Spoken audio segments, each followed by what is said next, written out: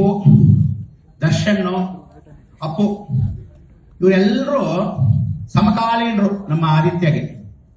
ಆ ಸಮಯಕ್ಕೆ ಫಸ್ಟ್ ಎಲ್ಲ ಹೀರೋಗಳು ದರ್ಶನ್ ಫಸ್ಟ್ ಪಿಕ್ಚರ್ ಬಂದಾಗ ರಾಮಮೂರ್ತಿ ನಿರ್ಮಾಪಕರ ಜೊತೆ ಫೋನ್ ಮಾಡಿ ಗುರುಳೇಡಿ ಬಂದು ಆಶೀರ್ವಾದ ಮಾಡಿ ಫಸ್ಟ್ ಕರೆದಿದ್ದು.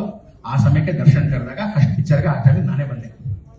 ದೀಪು ಸ್ಪರ್ಶ ಬಂದಾಗ ಸುನಿಲ್ ಕುಮಾರ್ ದೇಸಾಯಿ ದೀಪು ಬಂದು ಕರೆದಾಗ ಆ ಪಿಕ್ಚರ್ಗೆ ಫಸ್ಟ್ ಕರೆದಾಗ ಆ ಸಮಯಕ್ಕೆ ಹೀರೋನು ಪೂಜೆ ಮಾಡಿ ಇಬ್ಬರಿಗೂ ಒಳ್ಳೆ ಆಶೀರ್ವಾದ ಆಗಿ ಅವತ್ತು ಫಸ್ಟ್ ಪಿಕ್ಚರ್ ಕರೆದು.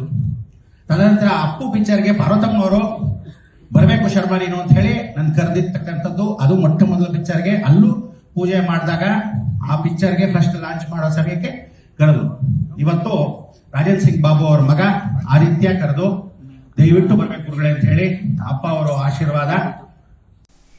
ನಿಮ್ಮನ್ನ ಆಶೀರ್ವಾದ ಮಾಡೋದಕ್ಕೆ ಕರೆದಿದ್ದಾರೆ ಅಂತಂದರೆ ಅದು ನಿಮ್ಮ ಮೇಲಿಟ್ಟಿರುವಂಥ ಗೌರವ. ಸೊ ಅದನ್ನು ಈ ರೀತಿಯಾಗಿ ನೀವು ಸೆಲ್ಫ್ ಪ್ರಮೋಟ್ ಮಾಡುವಂಥದ್ದು ಅವಶ್ಯಕತೆ ಇಲ್ಲ ಅನ್ನೋದು ನನ್ನ ವೈಯಕ್ತಿಕ ಅಭಿಪ್ರಾಯ.